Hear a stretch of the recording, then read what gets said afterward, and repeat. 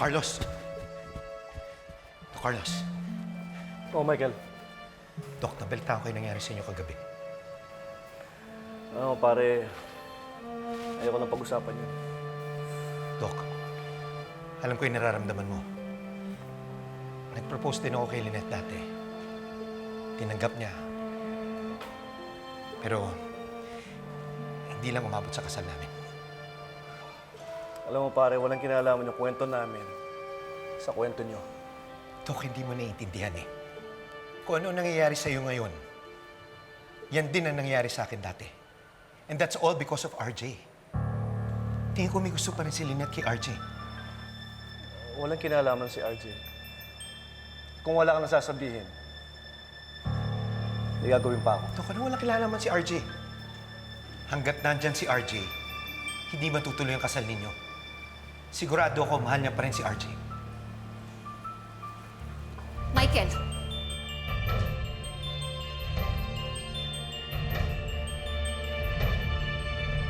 Hindi mo alam kung anong sinasabi mo. May rason kung bakit hindi ko tinanggap yung proposal niya. At walang kinalaman si RJ doon, o kung sino man.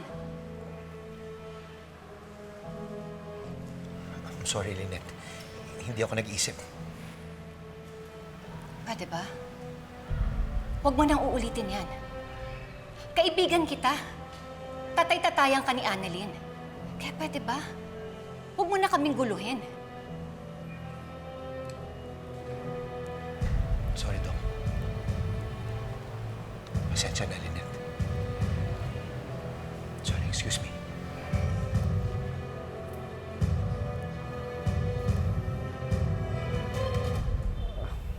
Lynette, pasensya na kay Michael. Hindi ako naniniwala sa kanya. Alis na ako. Carlos, gusto ko lang mag-sorry sa nangyari kagabi. I'm sorry kung napahiya kita, pero hindi yun ang intensyon ko. Okay lang yun. Wala tayong magagawa. Nangyari na eh. Carlos, ayokong maging unfair sa'yo. At lalong ayokong maging unfair sa sarili ko. Nabigla ako sa ginawa mo kahapon kasi hindi ako handa. Totoo yung sinabi sa'yo ni Michael.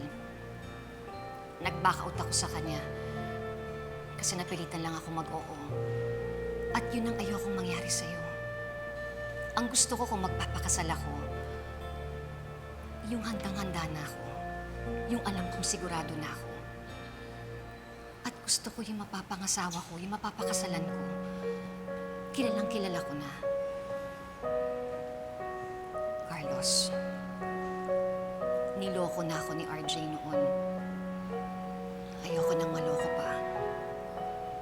Ayoko na mangyari yun. Sana naiintindihan mo ako.